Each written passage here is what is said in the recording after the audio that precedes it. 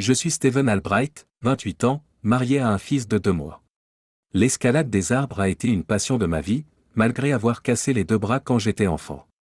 Je trouve du réconfort, de l'inspiration et de la joie dans leurs branches. Ils m'offrent un point de vue unique, 20 pieds au-dessus du sol, où le monde a l'air complètement différent. Le jour où ma voiture a mal fonctionné en route pour l'enseignement des sciences aux lycéens, j'ai dû la laisser au magasin pendant la nuit pour un remplacement de la pompe à carburant. C'est l'histoire habituelle des pièces qui ne sont pas disponibles jusqu'à ce que quelqu'un soit prêt à payer. Donc, j'ai été laissé rentrer de façon inattendue tôt là où ma femme et mon fils m'attendaient. Au lieu de me diriger vers l'intérieur, j'ai fait une ligne pour mon arbre d'escalade préféré. La Géorgie n'aurait pas encore prévu mon retour, et j'avais besoin de la solitude pour réfléchir à la façon de couvrir le coût de la pompe à combustible sans accumuler d'intérêt sur notre carte de crédit. Vêtu de ma tenue d'enseignement, je grimpais sans effort sur l'arbre, trouvant une perche d'environ 30 pieds de hauteur. En regardant la vue, j'ai apprécié l'herbe bien entretenue de notre voisin, en contraste avec ma propre herbe à peine entretenue. Contrairement à des retraités méticuleux, je considère les ananas comme des fleurs de gamme libres ou des ingrédients potentiels pour la salade, en sautant l'effort de les dévorer. Sans voisin en vue, je m'engouffrais dans un peu d'observation des gens, appréciant l'émotion clandestine d'observer inaperçu. Mes pensées ont été interrompues par un mouvement dans la fenêtre de la crèche de mon fils Jason, attirant mon attention en un instant. J'ai vu ma femme détendre notre fils pour son sommeil de l'après-midi. La vue sereine a presque fait pleurer mes yeux. Mais cette tranquillité s'est brisée quand j'ai vu les mains d'un homme entourer sa taille par derrière. Une terreur instantanée m'a saisi, craignant pour sa sécurité. Au lieu de résister, la Géorgie s'est réciproquée, posant ses mains sur lui et posant sa joue contre lui. C'était Clark Peterson, notre voisin de l'autre côté de la clôture. Clark, la figure détestable du quartier, se vante perpétuellement de ses acquisitions et met l'accent sur sa richesse, prétendant superviser sa fortune de chez lui. Les hommes ont rejeté ces histoires comme des mensonges tandis que les femmes s'accrochaient à chaque mot. J'avais envie d'écouter leur conversation. Un souvenir soudain m'a frappé. J'avais mes appareils auditifs. Ces appareils publicitaires de 19,95 $, mais attendez, de simples boosters de volume, parfaits pour les faibles volumes de télévision pendant que le bébé dormait. Je les gardais toujours dans ma poche de chemise pour éviter de les déplacer. En insérant les appareils et en augmentant le volume au maximum, j'entendis leur échange. Savez-vous encore qui est le père? Non, je ne veux pas savoir. Ça pourrait être toi ou Steve. J'aimerais penser que c'était vous deux, l'homme que j'aime et elle, homme avec qui j'adore avoir des relations sexuelles. Vous ne pensez pas que Steve va y arriver? Je ne pense pas. Vous semblez assez semblables, ça ne devrait pas être apparent. J'espère qu'il est à moi. C'est une satisfaction particulière que je n'ai pas seulement fait de Steve un cuckold. Je l'ai aussi fait élever mon fils. Ne sois pas méchant. Steve est peut-être insensé, mais il sera un bon père. Géorgie, cette dernière année a été la meilleure de ma vie, grâce à vous. Je suis tellement contente que tu puisses avoir des relations sexuelles à nouveau. Combien de temps vous reste-t-il avant que votre congé de maternité ne soit terminé? 2 semaines. Ces jours que nous avons passés ensemble ont été merveilleux. J'aimerais que Steve et moi puissions nous permettre de rester à la maison, en prenant soin de Jason, tandis que vous vous occupez de mes besoins. Ne gaspillons pas de temps. Chambre principale ou chambre d'hôte? Et le sol, ici? Utilisons un lit. J'ai eu des brûlures de tapis la dernière fois que nous l'avons fait sur le sol. Avec un sourire, ils sortirent de la crèche. Mon cœur s'est écroulé alors que leur conversation a brisé les idéaux que j'avais aimés, l'amour et la loyauté de ma femme, l'enfant que je croyais être le mien. Je ne supportais pas d'entrer. Au lieu de cela, je suis descendu de l'arbre et j'ai appelé un taxi au bar voisin. Seul au bar à 7 heures tôt, j'ai demandé conseil au barman attentif. Je me suis confié en lui, cherchant guidance. Il, après avoir entendu d'innombrables histoires, m'a exhorté à déterminer la paternité de l'enfant. Puis, j'ai demandé un avocat de divorce, en choisissant celui qui était le plus abordable. En réfléchissant à ma situation, je me suis rendu compte de la pression financière qui était devant moi, le partage de nos revenus ne supporterait pas l'un d'entre nous, peut-être à cause du lourd prêt hypothécaire qu'elle insistait pour la maison. Le barman a mis en garde contre la consommation excessive d'alcool, en soulignant la gravité des décisions que j'avais à faire face. Au cours des jours qui suivirent, j'ai essayé de masquer ma détresse de la Géorgie, en l'attribuant à la misère commune des enseignants et aux pressions financières, y compris la dépense inattendue de la pompe à carburant. Elle semblait accepter mes explications. Mais quand le test de paternité est revenu négatif, j'ai immédiatement contacté l'avocat. Lors d'une brève réunion avec l'avocat, j'ai compris la triste réalité. La Géorgie obtiendrait la maison, la pension alimentaire, tandis que mes prêts étudiants se profilaient à l'horizon. Sans preuve concrète de paternité, la conversation que j'avais entendue n'aurait aucun poids au tribunal. Le partage de nos économies n'avait aucune importance, et elle pourrait maintenir son style de vie avec son amant tandis que j'aurais des difficultés, potentiellement en perdant mon emploi d'enseignant et en livrant des pizzas la nuit. Mon poste d'enseignant ne tenait qu'à un fil, car le père de ma femme occupait le poste de surintendant de district, un personnage strict et sans état d'âme. Connaissant ses convictions inébranlables en matière de fidélité et de responsabilité, inculquées à sa fille, je m'attendais à ce qu'il la défende avec véhémence contre toute accusation. L'incertitude résidait dans le fait de savoir si les preuves l'emporteraient sur l'instinct d'un père à protéger sa fille. Une fois de plus, je me suis confié à mon barman, mais cette fois-ci, le bar était bondé, ce qui m'a obligé à attendre entre ses commandes de boissons. Il m'a conseillé d'affronter Georgia et de quitter rapidement la ville. Laisser son amant, le père du bébé, s'occuper des choses. Si elle voulait divorcer, qu'elle prenne en charge les frais de justice. Préparé à affronter Georgia, j'ai attendu que Jason soit endormi pour l'asseoir à la table de la cuisine. Des larmes perlèrent dans ses yeux, indiquant qu'elle savait qu'elle s'était fait prendre. Je sais pour toi et Clark, depuis combien de temps vous êtes ensemble. Et je sais que Jason n'est pas mon fils. Tu ne peux pas le savoir. Je ne le sais même pas. Écoute, Clark est juste. Je sais qu'il n'est pas le mien. Clark est peut-être la seule autre option, mais je ne serais pas surprise s'il y en avait d'autres. Je ne suis pas une personne aux mœurs légères. Clark est la seule autre possibilité. Et comment peux-tu être aussi sûr que tu n'es pas le père? J'ai fait glisser un papier vers elle. Cela dit que l'ADN de l'échantillon A ne correspond pas à celui de l'échantillon B. Je suis l'échantillon A, et Jason est l'échantillon B. Comment puis-je faire confiance à ça? Si vous pensez que je mentirais, je ferai volontiers un autre test pour le prouver. Et si c'est vrai? Vous êtes le père sur l'acte de naissance. Quel est votre plan? Un conseil? Une séparation? Vous ne pouvez pas vouloir divorcer. Cela vous ruinerait financièrement. La réponse est rien de tout cela. Je pars. Je trouverai du travail ailleurs, et tu pourras compter sur ton amant, le vrai père de Jason, pour te soutenir. Je pourrais poursuivre Clark pour la pension alimentaire, mais cela signifie reconnaître son rôle dans l'éducation de son fils. Je ne veux pas jouer un rôle dans ta vie, celle de Jason ou celle de Clark. Si tu veux divorcer, demande-le toi-même. Au revoir. Je me suis levé pour partir. Je me suis levé pour partir. Nous avons beaucoup de choses à nous dire. Tu ne vas pas fuir ta famille comme si nous étions jetables. Jetables? Tu m'as traité comme un objet jetable. Tu m'as remplacé dans ton lit, en tant que père de ton enfant. Maintenant, tu vas voir si ton remplaçant se débrouille bien. Et sur ce, je suis parti. J'ai trouvé une chambre de motel bon marché tout en envoyant des CV à des systèmes scolaires dans d'autres États. Chaque jour, j'ai enseigné, anticipant un licenciement à tout moment. Finalement, le surintendant m'a convoqué hors de la classe, une situation intimidante pour la plupart des gens, mais je sentais que je n'avais plus rien à perdre. Qu'est-ce que vous faites? Vous fuyez vos devoirs de mari et de père. Je vous voyais presque comme le fils que je n'ai jamais eu. Qu'est-ce qui te pousse à agir ainsi? Je ne pouvais pas continuer à partager ma femme avec son amant, qui se trouve être le vrai père de son fils. Vous mentez. Ma fille ne ferait pas ça. Quelle preuve avez-vous? Monsieur, je vous considère comme une personne honorable. Je crois que vous pouvez voir la vérité même si elle remet en cause vos croyances. J'ai le rapport d'un médecin qui montre que je ne suis pas le père de Jason. Laissez-moi voir ça. En lui tendant les documents, j'ai précisé que j'étais l'échantillon A et que Jason était l'échantillon B, et j'ai proposé de refaire le test. Son attitude sévère s'est légèrement adoucie. Quelle preuve avez-vous de sa liaison? J'étais dans un arbre devant la chambre de Jason quand. Vous étiez où? J'ai toujours aimé grimper aux arbres. Ce jour-là, me remettant de la réparation inattendue de ma voiture, j'ai vu Georgia et notre voisin dans la pépinière. J'ai entendu leur conversation grâce à des appareils auditifs amplifiés. Il était évident qu'ils avaient une liaison et qu'ils savaient qu'il pouvait être le père de Jason. J'ai du mal à croire qu'il s'agit de ma fille. J'ai eu la même incrédulité. J'étais désemparé. Je l'aimais profondément. Vous avez dit « aimer ». Vous ne l'aimez plus? Je ne peux pas le dire. Il est difficile de se défaire d'un amour aussi fort.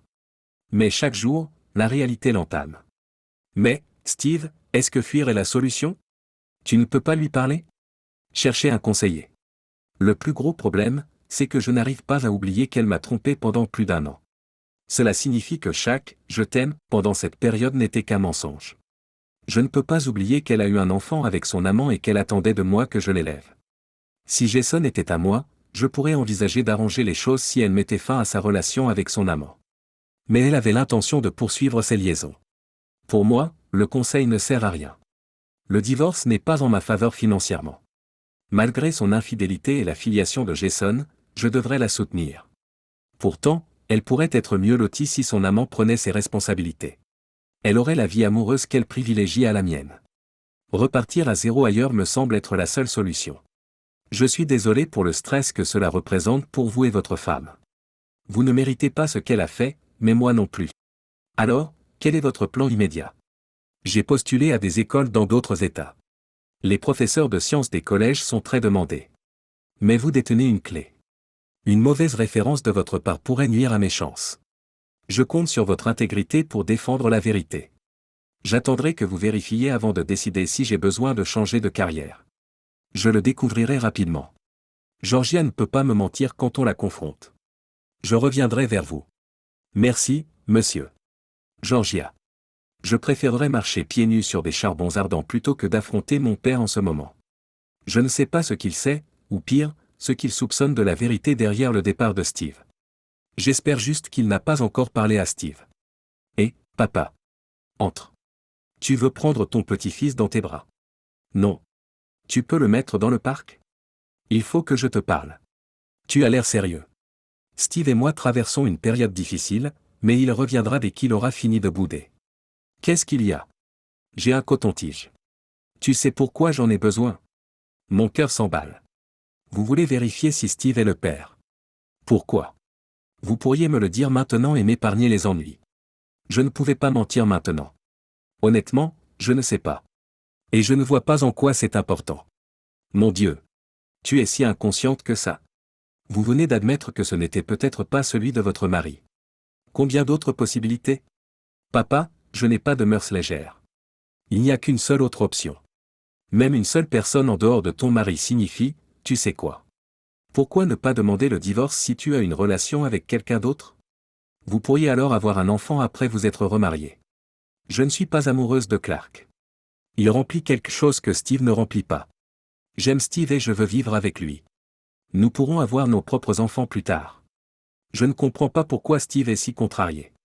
Clark et moi avons été intimes pendant presque un an, et Steve n'a jamais mentionné qu'il se sentait négligé.